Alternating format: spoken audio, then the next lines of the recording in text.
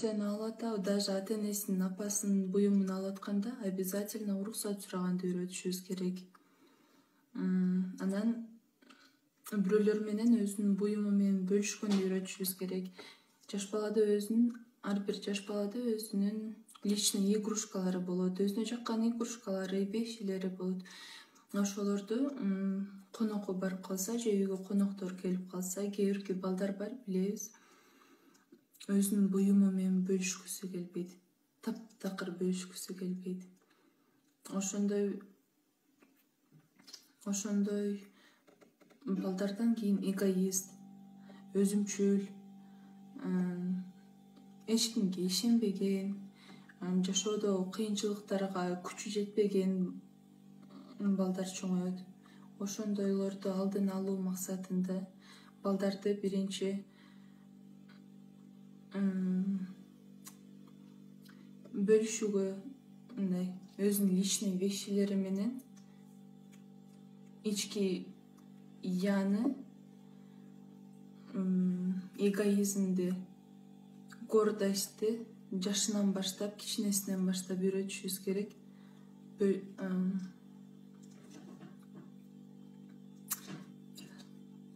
Менин үнүм сиздерге угулуп жатабы? Кандай угулуп жатат?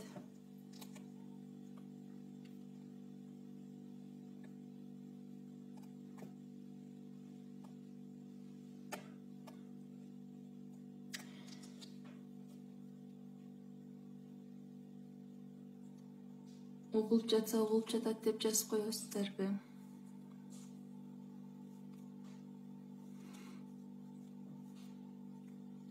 Ички сезимдерди контролдоо.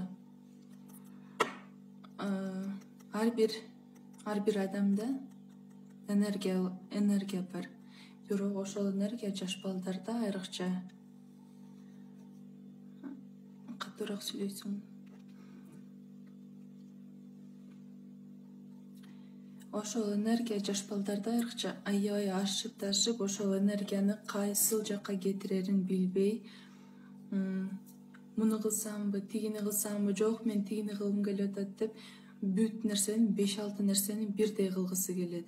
Ошол учурда энергиясы эч жакка, каяка кеткенин билинбей эле, жөн эле апатия боло берет, мындайча айтканда, орусча айтканда.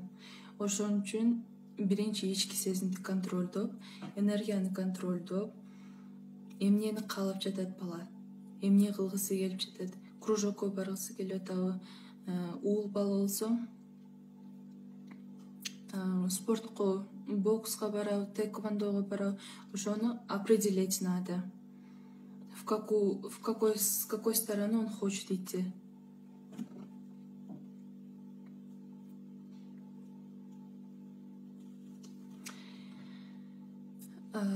Ошон үчүн баланы 5 жашынан баштап уже ички сезимин түшүнүш керек баланын. Что он хочет от жизни сейчас, в данный момент. С какой стороны он хочет идти. Ички сезимин контролдоп, энергияны попросту кетире албаш үчүн энергиясын туура жакка бөлгөндү үйрөтөбүз. 3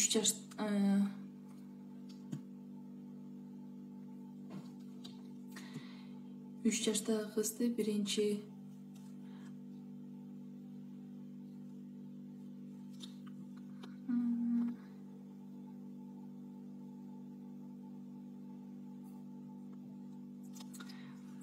мен сизди түшүнүп атам, Жылдыз эжем.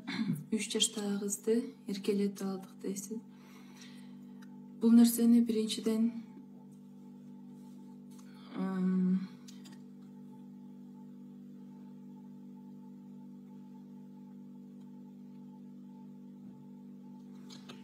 кызыңызды биринчиден садикке барабы, барбайбы, кандай эгоист, не эгоист,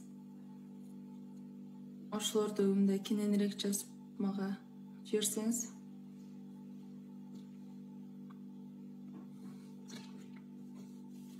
Андан кийин үй бүлө мүчөлөрүнүн бири-бирине болгон ишеним. Ишеним бул аябай маанилүү нерсе. үй бүлөдө ишеним жок болсо, анда үй бүлөнүн иши жүрүшпөйт деп койсо болот.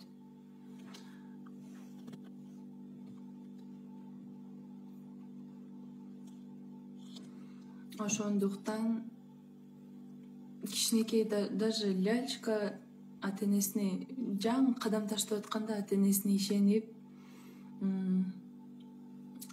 жыгып кетсе ата энем кармайт деген максатта ишеним менен биринчи кадамдарын таштайт. Садикке барып баштаганда ошо преподавательдерге, досторуна ишеним болот.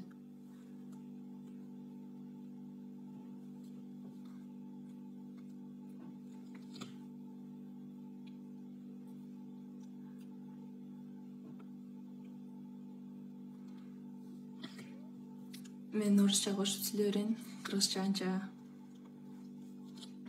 Орус потокто окуганга кыргызчанча эме болбой жатат, ошон үчүн орусча сүйлөй берсем уруксат берсеңиздер. Вера. Вера — это прям самое важное русло в семейной жизни. Ата эне баласына ишениш керек, бала ата энесине ишениш керек.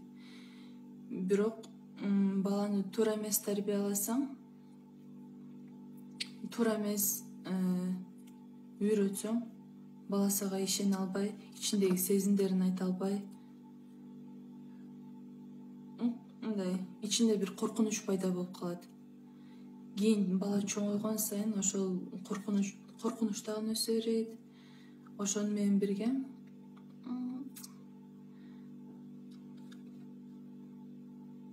эне баланын ортосунда мындай граница жок болуш керек. Бала кыз энесине өзүнүн мындай эң жакын адамы кылып, ичиндеги бүт секреттерин айтып туруш керек.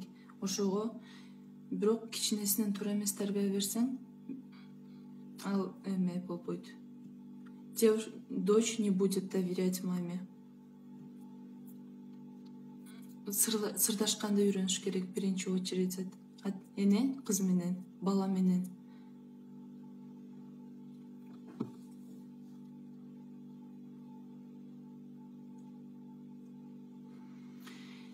Менин кыздарым ойлорун айта алышпайт, аз сүйлөйт дейт. Мен кичине кезимен, башка бирөөнү айтпай эле коеюн, өзүм деле мисал кылып кетейин.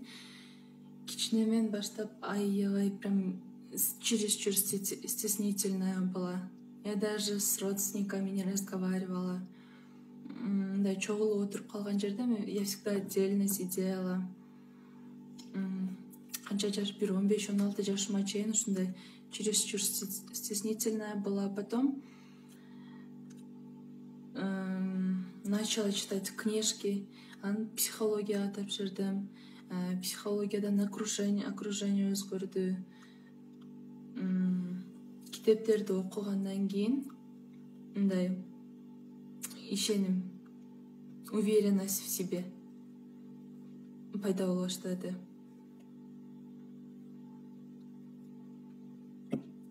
Кыздарыңызды сен көп сүйлөбөйсүн, аз сүйлөйсүн, оюңду билдирсең деп мындай упрекать этип айтпай, кээ бир ата энелер бар, андай ата энелерди дагы билем, кыздарын упрекать этет. Бир нерсени упрекать этип коет, мындай катуураак айтып койсо, кыздар өзүнө кирип кетет. Мен туура эмес кылып аткан турбаймынбы, сүйлөй албай аткан турбаймынбы, андан көрө сүйлөй эле коеюнчу деп мындай бала ичине өзүнө кирип кетет, өзүнүн ичинен жей берет. Наоборот, мындай бала менен сүйлөшкөндү үйрөнүш керек. 10 жаштагы кызыңызга мисалы азыркыдан баштап китептерди,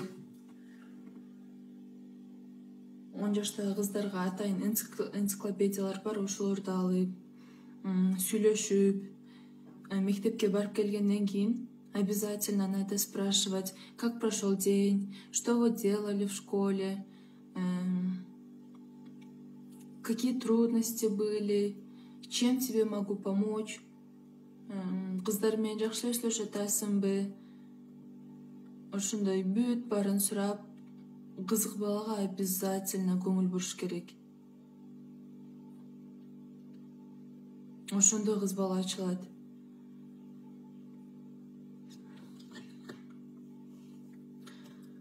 Эне баланын ортосунда мамиле деп ошол мисалы мен апам менен өзүм кичине характерим пацанка болгондуктан мен кыздарды мен аз сүйлөшчүмүн, одноклассницаларым менен сүйлөшпөйт болчумун, болгон секретимди, болгон нерсемди мамама айтчумун, апамдан эч нерсе жашырбаганга аракет кылчумун.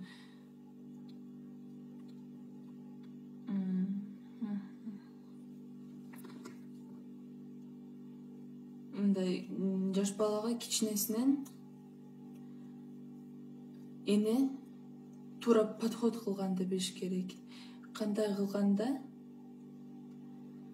кыз сага ачылат, бала сага ачылат. Туура подход кылсаң, самое главное, надо правильно подход делать. И тогда и дочка откроется, и сын откроется. Балдаргачы дейт. Балдарга то же самое. Не надо упрекать. Сен эркексиң да, сен көтөрүшүң керек, сен сильный болушуң керек. Ты не должен плакать, ты должен быть сильным, мужественным деп.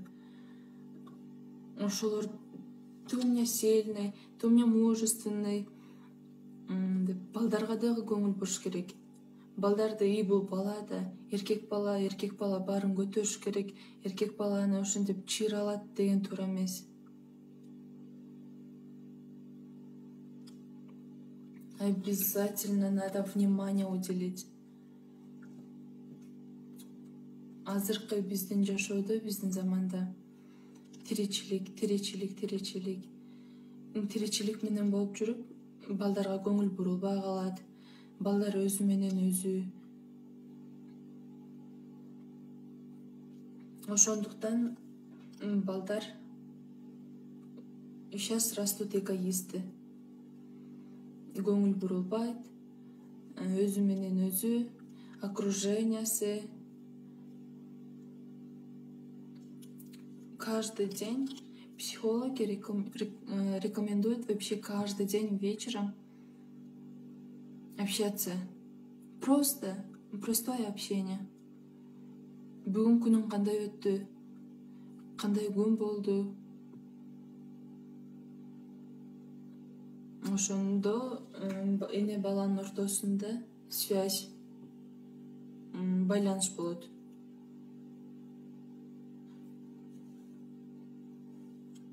Балага обязательно мээрим төгүш керек.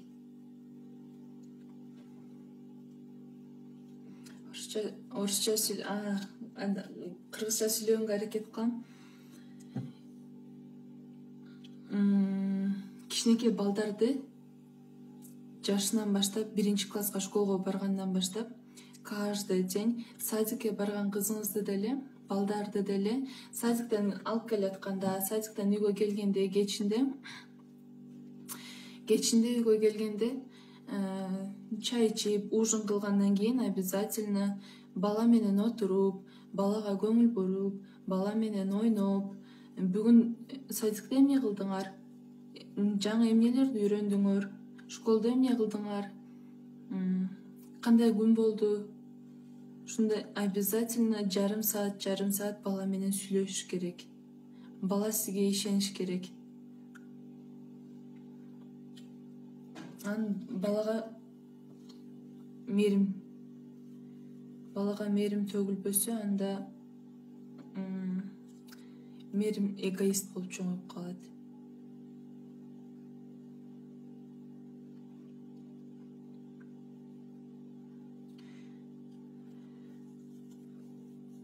Үй бүлөңүздөрдө кандай традициялар бар, кандай традицияларды кылып турасыздар? Ар бир үй бүлөдө өзүнүн традициясы болот,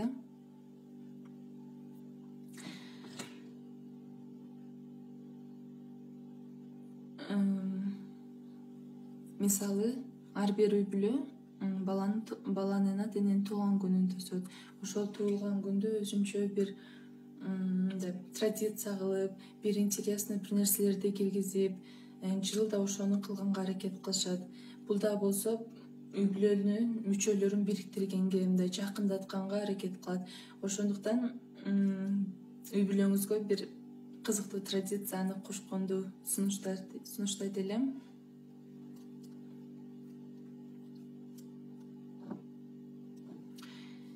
Үй бүлөдөгү традициялар.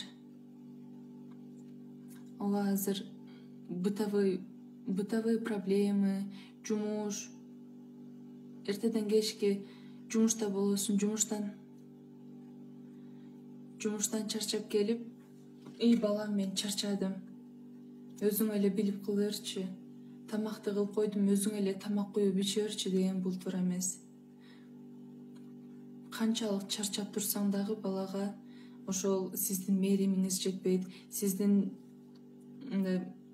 баланын кандай десем кыргызча,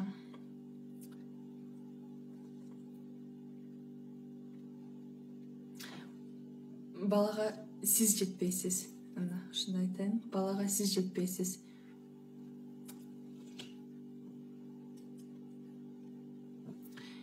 5 айдан бери кызым менен сүйлөшпөйм дейт.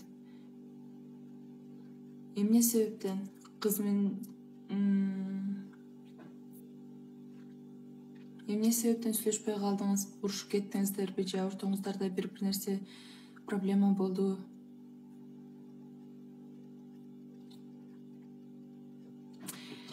Силерге бир эме айтып берейин. Мен өзүм кичине характерим тяжелыйраак болуп чоңойдум. Мамам бир нерсе десе, бирөө мага эме айтып койсо, бирөө мага бир нерсе деп койсо, жок, сеники туура эмес, меники туура. Сразу таарынчумун. Мамам бир нерсе деп мага, кызым, сен муну туура эмес кылып атасың, андай кылбай мындай кыл десе, ошону туура жагынан кабыл албай, наоборот, мамама таарынып, мамама наазылып кайра башка нерселерди кылчумун. Анан ошонун айынан мама менен көбүрөөк урушуп калдым. Кудайга шүгүр, азыр баарын түшүнүп, изучать этип, психологияны, туура мамиле кылганды, туура сүйлөшкөндү, оюмду туура жеткизгенди үйрөнүп атам, окуп атам. Эже, мен сизди аябай түшүнүп атам. Эфир бүткөндөн кийин мен сизге жазып коем, өзүмдүн личный аккаунтумда мен сизге жазам, жардам бергенге аракет кылам. Кыжаат болбоңуз.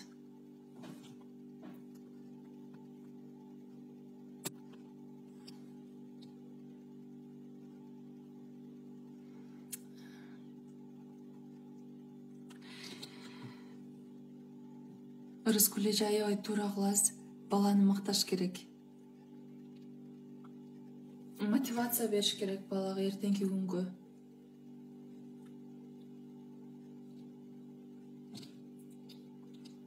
Мотивация бериш керек. Бирок аны дагы абайлаш керек. Чересчур эркелете албаш керек. Чересчур эркелете алганда дагы кийин проблема болот. Балага жок деген нерсени үйрөтүш керек. Обязательно бүт нерсени, айткан нерсесин алып бере берсеңиз, айткан нерсесин кыла берсеңиз, жок деген нерсени билбей калат да, кийин жашоодо кыйналып калышы мүмкүн. Ошондуктан кичинесинен баштап анын айткан нерсеси аткарылбай тургандыгы, дайым эле анын айта турган нерсеси болбой тургандыгын үйрөтүшүбүз керек. Балдарга туура подход кылуу бул мисалы балаңыздын биринчи характерин изучать этиңиз. Бала эмнени каалап атат, характери кандай, ички жан дүйнөсүндө эмне болуп атат.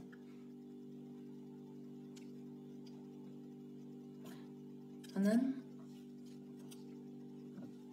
ошондон вывод кылып, анализировать этип, анан балдар менен отуралып, пикникке чыгып, парктарга гулять этип, выходнойдо барыбыз эненин көбү эме кылат. После тяжелой недели все хотят отдохнуть. Анан келип эле жатып алышат. Ошонун ордуна бала менен паркка барып сейилдеп, бала менен көңүл убакыт өткөрсөң, ошончолук энергия аласың, жаш баланын энергиясы таза болот, ойлогон ою таза деген.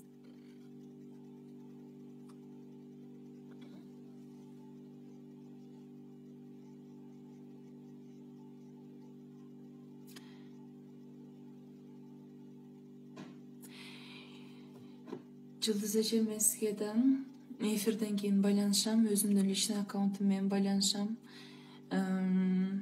Мен башымдан өткөн бул нерсе. Мен апам менен сүйлөшпөй, бир тууган сиңдим менен сүйлөшпөй, бир ай, 2 ай сүйлөшпөй койгон убактарым болгон, алыстап кеткен убактарым болгон. Ошолордун баардыгын человек должен осознать, к чему он идет, что он вообще, что он от жизни хочет.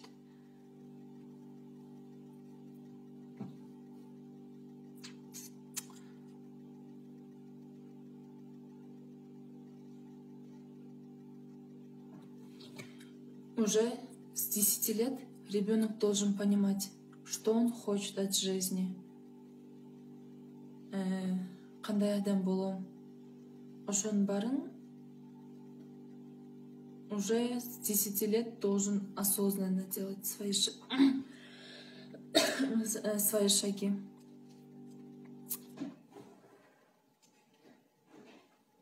Балдарым мен дагы кайышат, жатсам үстүмө плед жаап, папайя салыңыз деп кам көрүшөт. Мунун баары балага туура тарбия бергендиктен болот.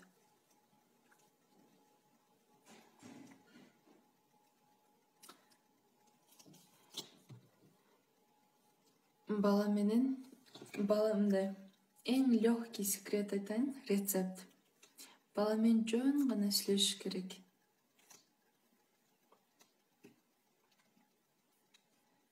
Бала менен сүйлөшүп, ичиндеги оюн билип,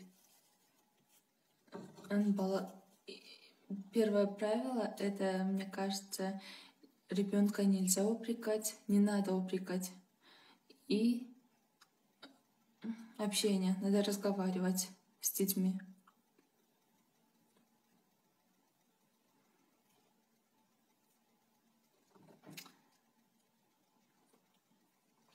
Суроолоруңуздар болсо, кандай темада сүйлөшкүңүздөр келсе жазыңыздар.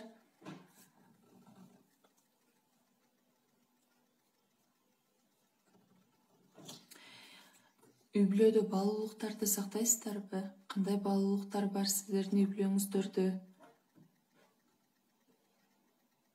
Үй бүлөдө биринчи урмат сый болуш керек. Чынчыл болуш керек ар бир адам.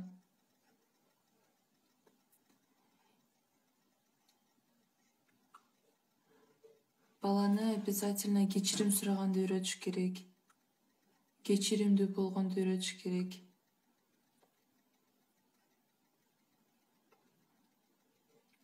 Кичинесинен баштап ответственностьты өзүнө алганды үйрөнүш керек. Он должен уметь брать ответственность за свои слова, за свои действия.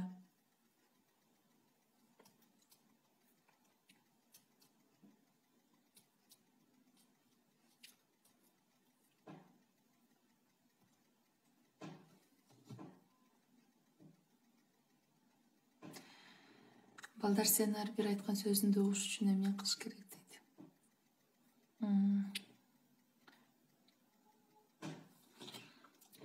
Ар бир сөзүңдү угуш үчүн мындай спокойно надо объяснить.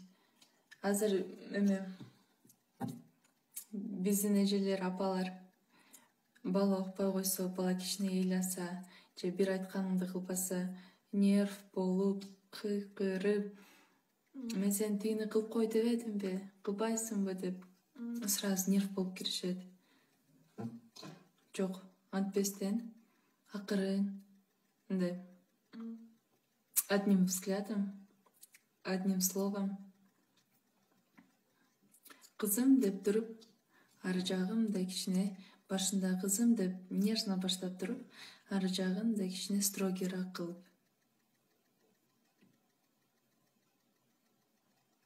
Анан мен эмнени байкадым? Азыркы заманда биздин эжелер, аял заты мындай ортодогу балансты сактай албайт экен. Женщина должна быть мындай инь-янь сыяктуу, экиге бөлүнүп туруп, мындай с одной стороны женщина должна быть строгой. Мындай бир караганда, көзүнөн караганда бүт баары түшүнүп,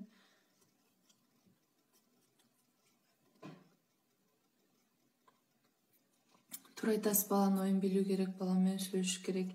А с одной стороны, бул жактан караганда она должна быть нежной, сүйкүмдүү. Орусча айта берейинчи. Любящая должна быть, нежная должна быть. У женщины должна быть две личности. Одна сторона — это строгая и ответственная, прям бир карадыбы, көзүнөн түшүнүш керек бала.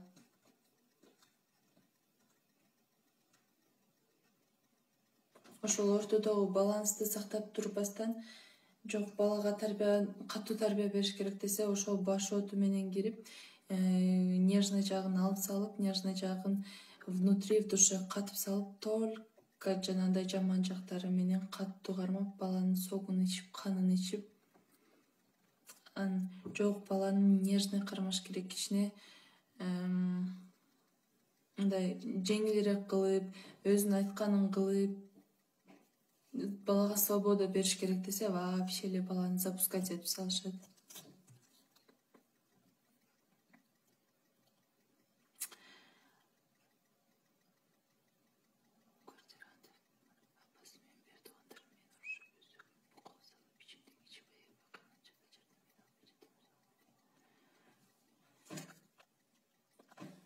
Мен эфир бүткөндөн кийин өзүмдүн страничкамды комментарийдин астына калтырып коем. Бүт баарыңыздар жазыңыздар.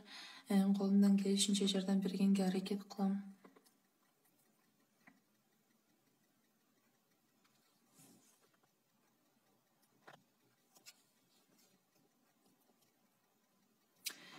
Бала тарбиялоого интернетте психологический китептер бар. Как воспитать ребенка правильно.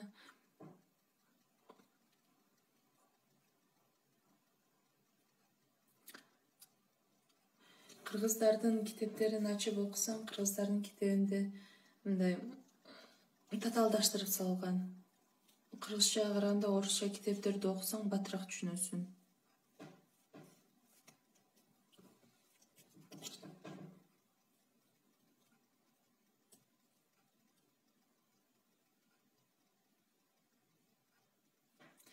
Эжеке мимимишке эжеке балаңызды сабырдуулукка үйрөтүңүз.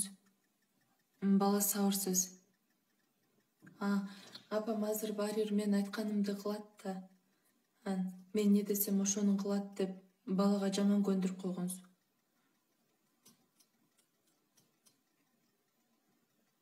Сиз тамагын ар дайым убагында берем деп шашылбаңыз. Бала күтүш керек. Күткөндү үйрөнүш керек. Күткөндү билиш керек бала.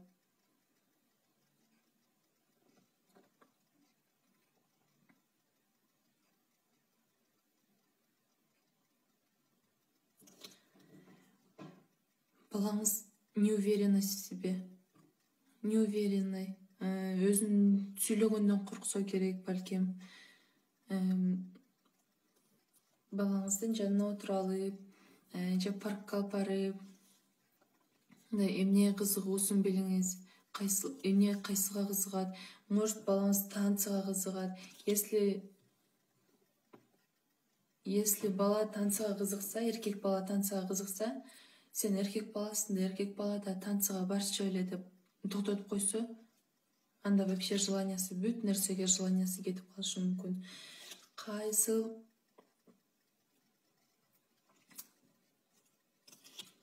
эмени тандабаса дагы, 5 жашынан баштап кайсыл кесипти тандабаса дагы, танцы болобу, тэквондо, бүт баарына берип көрүңүздөр. Бала ошентип өзүн табыш керек.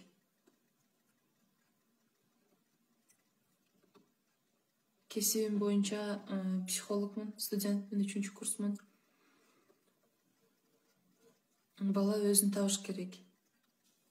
Анан, может, из него выйдет хороший танцор, может, из него выйдет спортсмен. Анан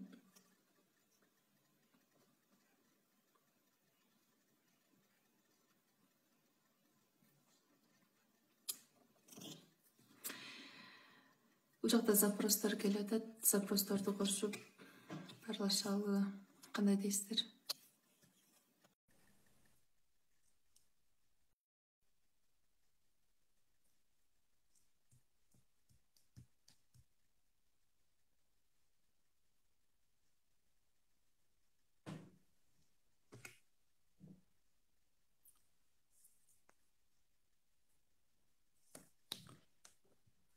Ребенок мындай айткан нерсесин кыла берсең, ошого көнүп калат.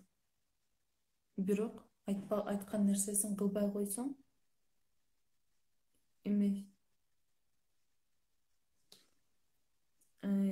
айткан нерсесин кылбай койсоң дагы ичинде бир надежда өчүп калат. Мындай шам өчүп калат. Ошон үчүн мындай подход кылып, мындай туура түшүндүргөндү дагы билиш керек ата-эне. Самооценка эмес, жеке уверенность жок. Балага мотивация бериш керек. Өзүндө уверенность жок, ошон үчүн сүйлөгөндөн коркот, башка бирөөлөргө аралашкандан коркот.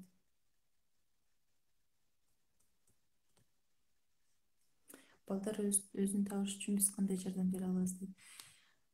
Биринчи, балаңыз менен сүйлөшүңүз, анын ички сезимин билиңиз, эмнеге кызыгаарын билиңиз. Эмнеге кызыкса ошол жака алып барып көрүңүз. 3-4 жака тэквондого бериңиз, спорт жагына бериңиз.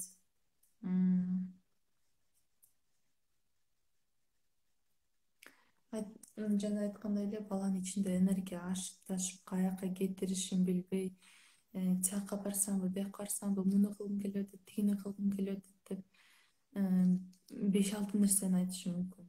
Ошолордун арасынан сурап, балам, сен ушулардын арасынан кайсынысына көбүрөөк кызыгып атасың, кайсынысына баргың келип атат деп обязательно. Азыр ушундай проблема бар, акча, тыйын бүт жагынан, каяка барбайын, тыйын.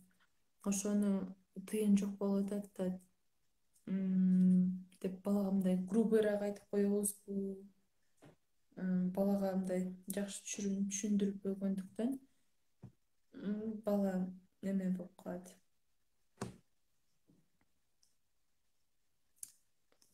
Ал жаш бала да туура эмес ойлобосу мүмкүн. Мага акча койгусу келбей атат экен, мени бул жака бергиси келбей атат экен деп. Ошон үчүн балага туура түшүндүргөндү дагы үйрөтүшүбүз керек.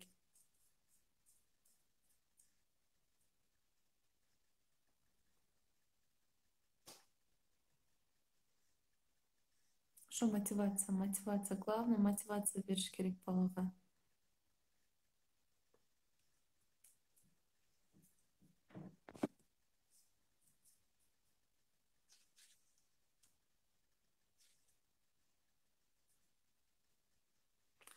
Анан мен мындай проблеманы байкадым. Кээ бир эжелер, большинство людей, женщин, живут со своими мужьями ради детей. Ортобузда бала бар да, мен балам менен каяка бармак элем, балам үчүн жашап атам деп эч качан бала үчүн өзүңө жактаган күйөө менен жашаш бул туура эмес. Андай үй бүлөдө бала эч качан бактылуу боло албайт. Сиз канчалык ошо балам бар, балам үчүн жашап атам, баламдын атасы да канчалык жаман болсо да атасы бар деп жашаган сайын үйдө баары бир уют жок, мындай идиллия жок үйдө. Үй бүлөдө болгон мурдагы обстоятельства, состояние. Ребенок все равно не будет счастлив. Это я по себе знаю. Менин ата энем дагы ажырашып кетишкен. Мамам ошо кыздарымдын атасы да кыздарым үчүн жашайм деп жашап келди. Бирок болбойт андай нерсе. Эч качан күйөө менен бала үчүн жашабаш керек. Ар бир баланын өзүнүн ырыскысы болот. Ар бир бала өзүнүн ырыскысы менен төрөлөт дейт. Каяка барбасаңыз дагы балаңыз өзүнүн ырыскысы менен кете берет. Анын күйөөм обеспечивать этет да, анан мен бага албай калсамчы деген ойду таштап салып, үйдө каждый день скандал болуп атса, каждый день уруш, талаш. Андай үй бүлөдө бала эч качан бактылуу болбойт. Бала наоборот өзүнө кирип кетет, чөгүп кетет. Ошон үчүн күйөөңүз менен отношенияңыз туура келбей атабы, жашагыңыз келбей атабы, анда сразу ажырашып кетиңиз. Бала үчүн жашабай эле коюңуз. Андай бала неме болбойт. Өзүн дагы не может раскрыться кийин. Ошол себептен дагы неуверенность пайда болот, самооценка түшөт. Школго барганда дагы его могут окружениясы, одноклассниктери, мындай жакын эле жашаган кошуналары менен бир мектепте окуп калышы мүмкүн да, ошолор айтат: булардын үй бүлөсүндө күндө уруш, талаш, булар мындай жашайт да деп.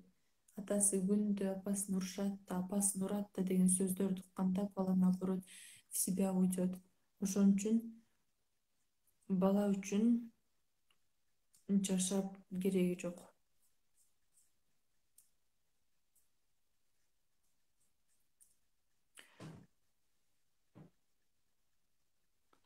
Суроолоруңуздар болсо бериңиздер.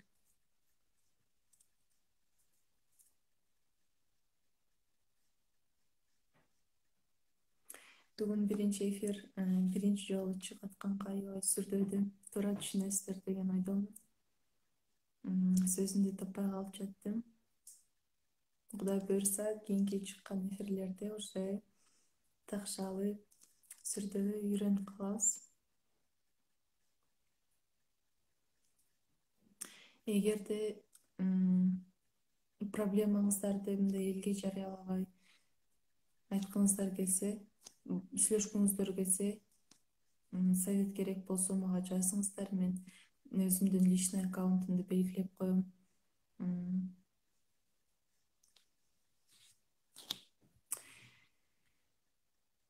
Эне менен кыздын ортосунда глубокий травмадан жөндөт дейт. Бул тема аябай мага жакын тема.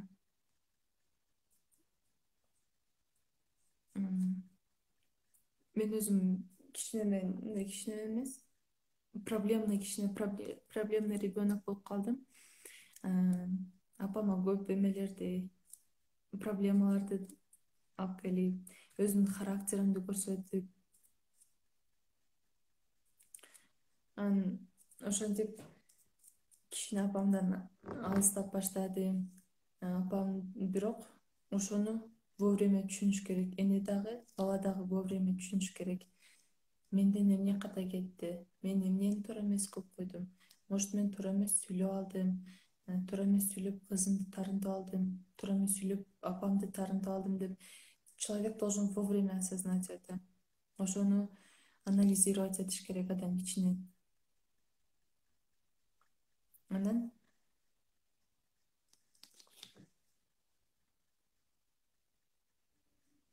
ошону осознавать эткенде Анан эне бала отуруп, спокойно түшүнүп, анан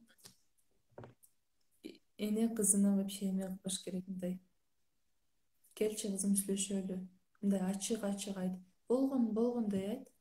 Мен эч нерсе кылбайм. Мен сени бул үчүн өлтүрүп койбойм же бир нерсе кылып койбойм. Сен менин кызымсың.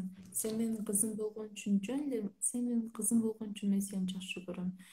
Мындай ачык сүйлөшөлү, болгон нерсеңди, ичиңде болуп аткан нерсени ачык айт мага деп, мындай бир кофейняга барыппы, природага чыгыппы, жөн гана үйдө отуруп за чашкой чая кыз менен сүйлөшүп көрүңүз, кызыңыз менен.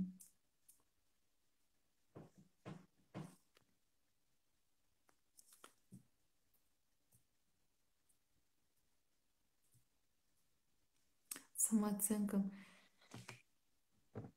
Ар бир аял өзүнчө сулуу, ар бир аялдын өзүнүн бир изюминкасы бар.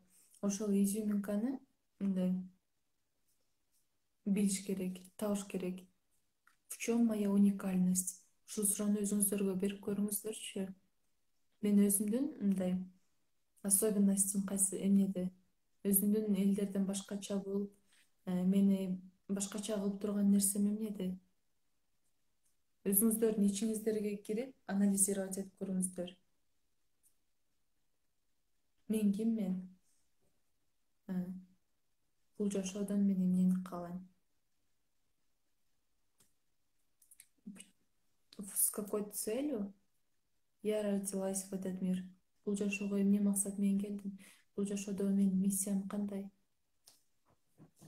Ичиңиздерге кирип, ошол суроону берип, апам мени түшүнбөй тургандай сиз айтпа деле урушуп кетесиз. Менде дагы ошондой сезимдер болгон. Мен дагы топтуш сиздей ушунча ойлочумун. Апам мени түшүнбөйт. Канча айтсам деле, мен мындай айтсам деле апам мени түшүнбөй атат деп. Лично мен ошентип ойлочумун. Бирок апалар андай эмес. Мындай матери любят своих детей за то, что мы просто существуем, за то, что мы просто родились, за то, что мы просто их дети. Ошо апам мени түшүнбөйт деп, канчалык ичиңизге өзүңүзгө кирген сайын, өзүңүзгө кирип кете бересиз, өзүңүздү ичиңизден жей бересиз дагы, психический расстройство башталат, өзүңүзгө билинбей нервный клеткалар өлүп баштайт. Апалар түшүнөт. Они всегда нас понимают, они всегда поддерживают нас. Жөн гана апаңыз менен отуруп сүйлөшүңүз, коркпоңуз. Ичиңизде болуп аткан нерсени ачык айтыңыз. Главное, алдабаңыз. Алдабай, ичиңизде болуп аткан нерсени түшүндүрүп, спокойно. Ичиңизге кантип киресиз? Мындай тынч жерге барып отуруп, биринчи медитация жасайсыз. Толкун эженин медитациялары бар. YouTube'дан карап көрсөңүздөр болот, бирок биринчи жаңы баштап аткан медитация, мурда медитация кылган эмес болсоңуздар, спокойно отуруп эле, глубокий вдох, выдох кылып, мээңерди өчүрүп, мозг выключайте, аны ойлоносуздар. Мындай визуализация элестетип, ичиңизге кирип эме кылганды. Представьте, что вы находитесь у себя внутри, органдарыңыздын арасында жүрөсүз. Кайсыл жерде кайсы органдарыңыз бар. Ошолорду эме кылып, биринчи музыкасы жок, эч нерсеси жок эле, спокойно көзүңүздү жумуп, мээңизде болуп аткан ойлорду, проблемаларды жокко чыгарып салып, мээңиздин үстүндө бул жерде чакра болот, ошол чакраны ачып, как будто ошол чакрадан бир энергия кирип аткансып, мындай спокойно отуруп, жарым саат ошентип медитация кылыңыз. Ички органдарыңызга айланып, саякат кылып чыгыңыз ички органдарыңыз менен.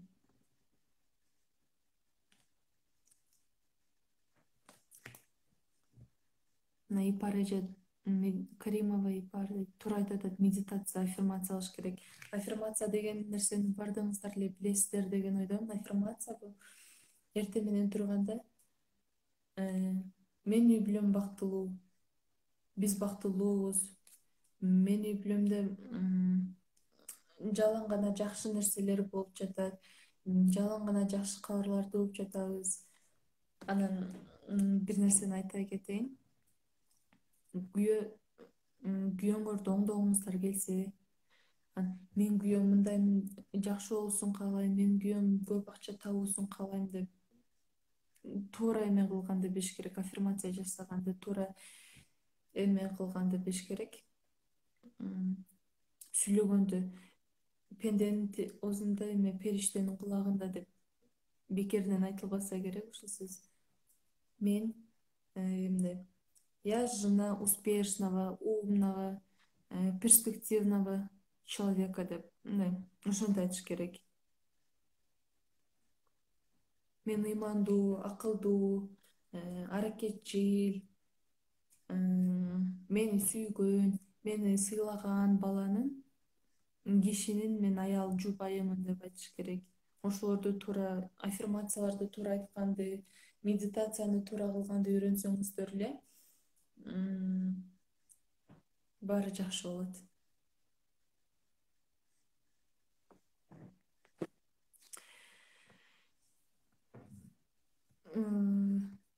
Кимде ким баарлашкысы келсе, сүйлөшкүсү келсе, проблемаларына кандайдыр бир советтер керек болсо, мен личный страницамды белгилеп коем, ошол жака жазсаңыздар болот. Обязательно жазыңыздар.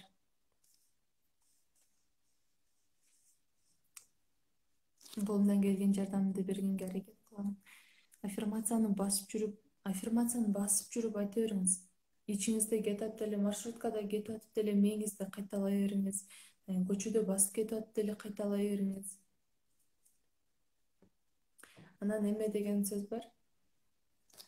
Бир күндө 3 незнакомый человек мындай көчөдө барат эле, өтүп кетаткан адамга жылмайып койсоң, Кудай сага эме берет, жолуңду ачык кылат деген сөз бар.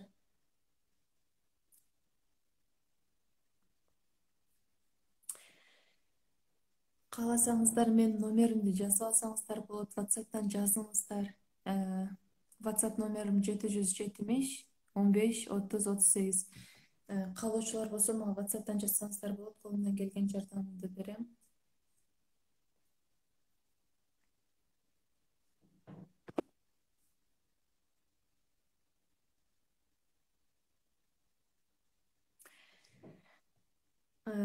YouTube каналда Айтолкун эженин медитациялары бар. Ошол медитацияларды обязательно кылыңыздар. Өзүңүздөрдү тапканга жардам берет. Ички дүйнөңүздөргө саякат кылганга жардам берет. Обязательно ички дүйнөңүздөргө саякат кылып, өзүңүздөрдү эмеңиздерди билиңиздер. В чем ваша уникальность? Өзүңүздөрдү тапканга аракет кылыңыздар.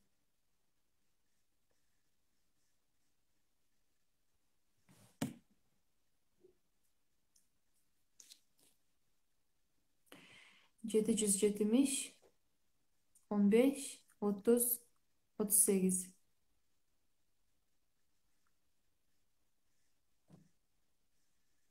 770 15 30 38.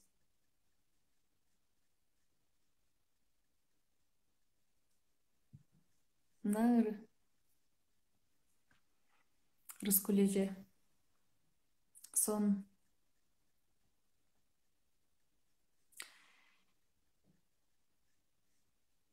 акчалуу айыммын деген бир аз туура эмес болуп калат. Мен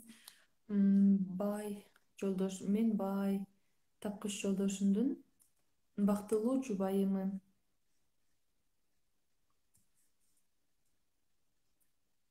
Медитация жасап токтоп кала берем. Медитация жасап атканда обязательно внешний эмелерге, голостарды обязательно угуп туруш керек.